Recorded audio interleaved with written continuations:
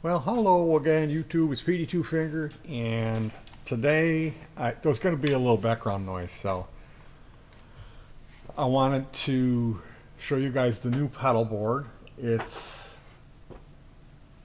overdrives all the way around is what's in here. Boosters and overdrives. It's powered. It's a self-contained little board, so it has a lithium ion power pack that sums up to about 12.5 volts. There is a voltage regulator, LM2596, which is a little circuit that you can order. I get them from eBay and AliExpress. They cost around 50 cents or a buck and a half, somewhere in there. And if you look in there, there's a little adjuster that's blue. The trimmer pot has a little brass screw on it, and that trimmer is the type of volume pot. You could think of a pot is just like a volume knob on your TV. This one, however, doesn't stop when you turn it to the end of its throw. It just keeps spinning, and it'll spin, I believe, 100 times before it goes through the entirety of its resistance, because it's a current limiting resistor is what it is. It's and a variable resistor, the trimmer. And in this circuit, the purpose that it serves, it takes the 12.5 volts that comes out of the lithium ion battery pack and reduces that to 9 volts, which is what these pedals are designed for. Now, I realize I could more than likely run all three of these at 12. I just don't do it. I just run them at 9 and everything's fine. So it's got a handle. It's got a fuse. The fuse is here. There is duct tape on here. I mean, I can't really apologize for it because it's merely holding wires in place. And at probably the next time I do run my hot glue gun, I'll think of it and go, hey, grab that pedal board and we'll just glue those in place, and then I can rip this out of here. But since they're taped down, they'll get used to being in place where they need to be, and they'll sit real nicely. I don't really like to have tape on my builds. Like, I use heat shrink tubing instead of electrical tape. So it's a Hoochie Mama. Lastly, we have the Hoochie Mama. Then it's a Timmy. Actually, it's a K-Line is the company that makes it. Pure Sky is the name of this pedal. I paid $26 to have this shipped to me. Great deal. And it's a clone of a pedal that's called a Timmy. And Timmy is a popular overdrive in the like boutique realm. Like people who know about these pedals, they just love their Timmys. I don't know about the Timmy yet. I got it. I tried it out briefly, and I thought, gee, that's got a lot more gain than I thought it would. Like it really seemed almost like a distortion pedal to me. But it's volume gain, bass, and treble. The Hoochie Mama, or also known as Clark Gainster, is a 3-knob pedal, and it is volume, gain, and a tone control. The first pedal, and I should say I built the Clark Gainster. I did not build the K-Line Pure Sky. It was 26 bucks. Like, if this wasn't available for that price, I would have built the Timmy, and I would have had no problem doing that. But the first pedal here, that is 2 pedals and a buffer circuit. Now, you cannot bypass the buffer, and these are true bypass switches. but it's buffered. So this pedal is a buffered true bypass pedal. And I know that sounds confusing. Basically what the buffer does, it's a circuit consisting of a transistor and a biasing resistor, an input DC blocking capacitor, and so it's like, 6 parts, something like that. It's a low parts count circuit, and all it does is it boosts the guitar's signal about 3 decibels. In this case, it really only compensates for all these extra cords and connections and your cable going, like, let's say you have a 10-foot cable. Well, with each foot of that cable, it has the effect of capacitance. And when you pair capacitance with resistance, which is what you're getting with all these connections and each foot of cable, and then the guitar's internal pickups have resistance. So when you combine resistance and capacitance, that's called an RC network, resistance capacitance network, and it's a filter. It's the same thing as your tone control on your guitar. So the long and the short of it is, if you don't use the buffer and you just have a bunch of true bypass pedals, nothing really that bad is going to happen. But when you have all your pedals shut off, your guitar tone is going to be just like if you took your guitar's tone control and turned it all the way down. You're not going to have any treble or high end. It's going to impact on the frequency response, and it's going to neuter your signal. It's going to make your guitar amp sound like somebody threw a wet blanket over it. So it's always good to have a buffer at the front of your signal chain, unless you're running a pedal that doesn't like to see a buffer.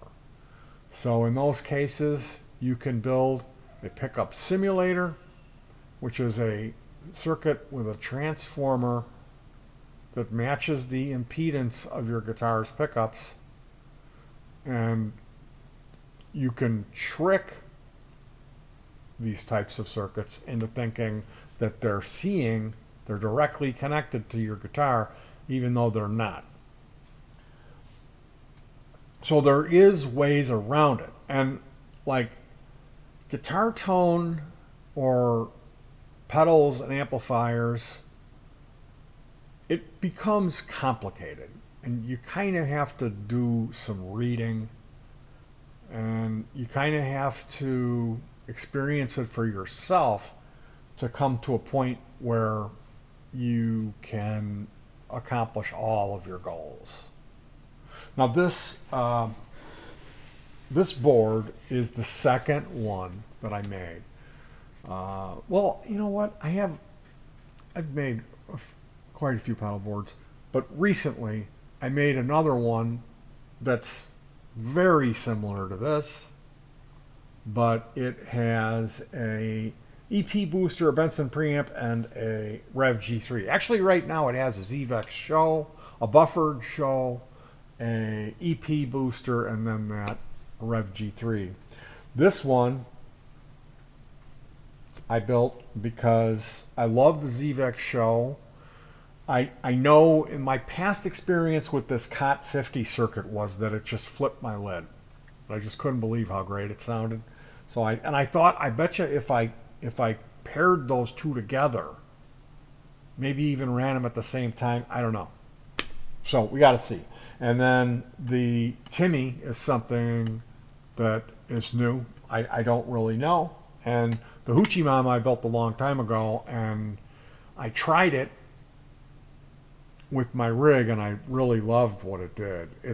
I would say that it's fat with a pH, meaning it gives you a good low end frequency response, you know, and it's a lot of times people say, oh, when the distortion with the low end is not tight, it's flubby or flabby.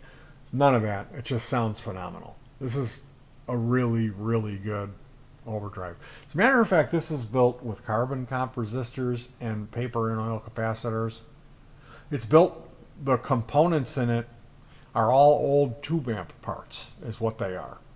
So this was expensive to build and kind of a pain in the neck, but the story with the Hoochie Mama is I was looking into Analog Man. Mike Piera sells a pedal called the King of Tone, which is a pair of heavily modified Marshall Governor circuits in a single enclosure.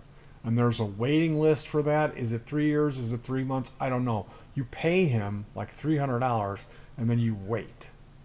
And then eventually he'll mail you this pedal that he built. And the King of Tone, according to people that know about it, is supposed to be the holy grail for guitar. Now, the guy on the internet who owns this site called Tagboard Effects is the guy who's taken all of the guitar pedal schematics and converted them into Vero layouts. So guys like me who like to build their own pedals, that guy's name was Miro. And he's the guy that did all of that work for those years. And he built a lot of pedals, like way more than me. I went to his site to look at that King of Tone because I was going to build one for myself. And I read in there, that's what I'll do. I'll read everything I can. And they were talking in there and he was saying, no, it's not even close to this Clark Gainster, which I had never heard of. I never heard of Clark Gainster. So I looked into it, and over the years I kept coming back and reading those articles, and there was other people in there on that thread that were hip to this Gainster, and they were like, it's the best overdrive. So I was like, I'm going to build it. So I put the word out there. I said, hey, I'm thinking about doing this on my YouTube channel. If anyone wants one, you'll have to pay me, and then I'll mail it to you. That way I wouldn't have to absorb the cost of ordering all the parts myself. Because when I went to look for the parts, they were like, here's this capacitor, but we don't sell one. You have to buy 6. So I was like, okay, I'm going to have, let's say 6 people want one. Well, only one guy wanted one. So worked out good. And I have this Clark Gainster. Now I have the ZVEX Show, which is just a phenomenal circuit. And there's people in the DIY pedal community that I wouldn't throw a party for them, if you know what I mean. So when I say like, oh, I really love this circuit, and then if you knew like how much smack I've talked about the guy who designed it, because I just don't like him and the things I've seen him do and say, you know what I mean? So when I say I love the ZVEX Show, it's called a super hard-on, which to me is just like, can we not do that? Really, can we not do that? And he's got a picture of a record player on the pedal. It's a record with the needle on it. So whatever. I resisted the urge to try this circuit for years because I don't like the guy. I just thought it was stupid. And I heard when you turn the knob, it makes a crackling sound that comes through your speaker. And I don't like that. That's unbelievably unprofessional. And you can't get rid of it. Well, I finally built one. And someone sent me a circuit board for it. And I built the thing, and I was like, hot tamale, that's really good. It boosts your signal, and when you get it past noon, it adds more character. it changes the sound, and it's bright. I would say it's glassy, it's tube-like, and it's just like, man, if you don't have one of these, you should build one or buy one. The ZVEX Super Hard-On, great circuit. Build it. It's a BS 170 transistor. It's a low parts count build. Then the COT 50 is another one of these circuits that it's kind of like when you crank it, it's about as much distortion as you hear on a AC/DC, like Back in Black tone, like that, which is it's an SG guitar going into a Diamond Marshall. That's that tone. So this pedal board will go in the effects loop of my new XMG30, which is a multi-effector amp modeler, and I may end up taking the other board and moving some stuff around. Like I've got this Rev G3, I've got this EP booster on the other board that I really love. So we'll see how this ends up. But I figured I'd show you guys. The other board really looks significantly different. It's got an orange pedal on it, so you'll be able to tell if you're following along at home. You'll be able to tell what I'm using.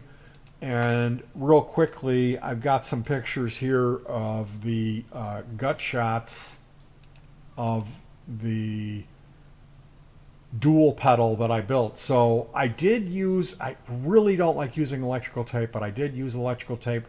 This is the board that has the, come on, Kita, Daddy's talking. Can you give me a break? Just for a minute, Kita, and then I'll pet to you. This is the board that has the, this is the PCB for the JFET input buffer.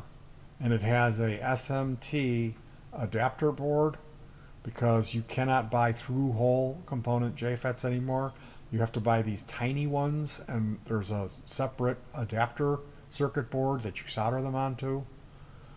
It's kind of ridiculous, but they are fantastic components, the JFETs. I like the way they break up. I really do. I think that component is realistically tube-like. Now, this circuit here is the ZVEX Show. You can see it's a low parts count. The PCB I bought from Tata.com. It's missing the current limiting resistor and LED because these stop switches have built-in LEDs on them. So that's what these three connectors are here.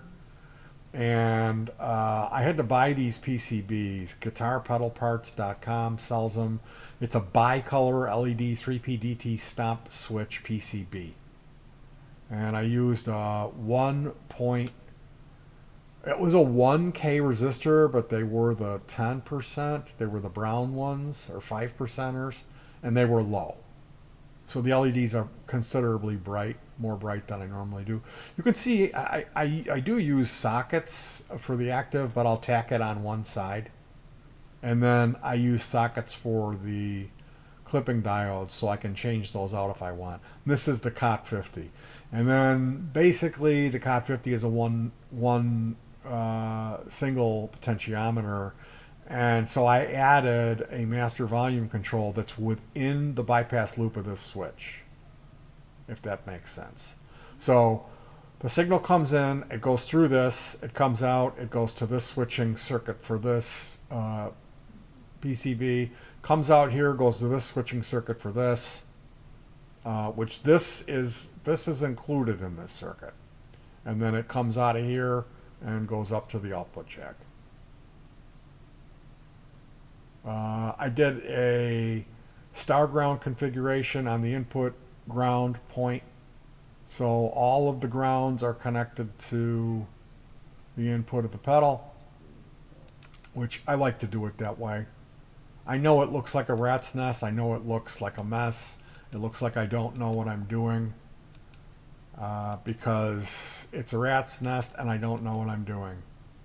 I got naphtha and then 92% rubbing alcohol in there. That's plumber's flux, and that's the secret to my success. This is my homemade helping hand. This is an embossing tool. I use that to for the heat shrink tubing is what I use that for. And I just got this solder. You see this solder? It's 1.5 millimeter thick diameter. It's a little thick. I think 1 millimeter is what I'm going to be shooting for next. I had some 0.5 millimeter stuff, and that I really didn't like that. I mean, I think it like they claimed it was 60-40, but it wasn't. Like the materials in that solder was bad, and the fact that it was really extra narrow wasn't conducive for me. So yeah, that's my Dually ZVEX show, the show cot, and super excited to try this thing out. I got a brand new piece of music that I did the drum beat for, and I think there's another one. I wrote another one that needs drums, and I've got a folder with like a dozen songs in it. 3 of them are new, not counting the other 2, so it'll be like 5 brand new songs, and then some older stuff that I'm bringing back, a set that we can practice and some stuff we can learn. There's a song off of 02/02/2020. That was the day I started recording this album, and it was some weird anagram date, so I just named the album that. It's actually called 02/02/2020 Slow Malone is the name of that album.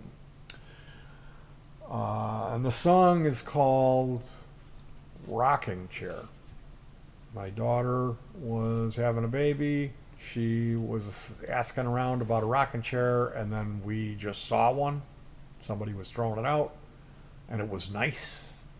So we grabbed that, and I wrote this song with the rocking chair sound effect in there, and then I had a cat. Like I had the cat purring like you were in the rocking chair, and the cat was purring, and you were like drifting off asleep, and then the cat would put its tail down, and or the chair would come down and pinch the cat's tail, and the cat would, and the song kind of changes gears at that point and gets more like the distortion comes on. But that rocking chair song, like, it might be my favorite piece of music that I've ever done. So we're going to be doing that one again. Super excited about that. Thank you guys for joining me on this one. I should be back soon with more content. I'd like to do some demo. I've got that amp, so the JTM 45. Anyway, and like the guitar, I rebuilt my guitar, so I've been busy, but I've also been suffering withdrawal. So pray for me, send me good vibes, keep me in your thoughts, positivity, and I'm going to be fine. Looking forward to, my wife purchased the Rob Fetters disc is dropping. It's called Mother. His 5th solo CD, and that's huge. Huge news. So I'll be back with a review of that and more of the typical monkey business. Thank you guys so much for joining me. Again, try to stay warm. It's getting chilly. Hug your pets is what I always like to say. And peace.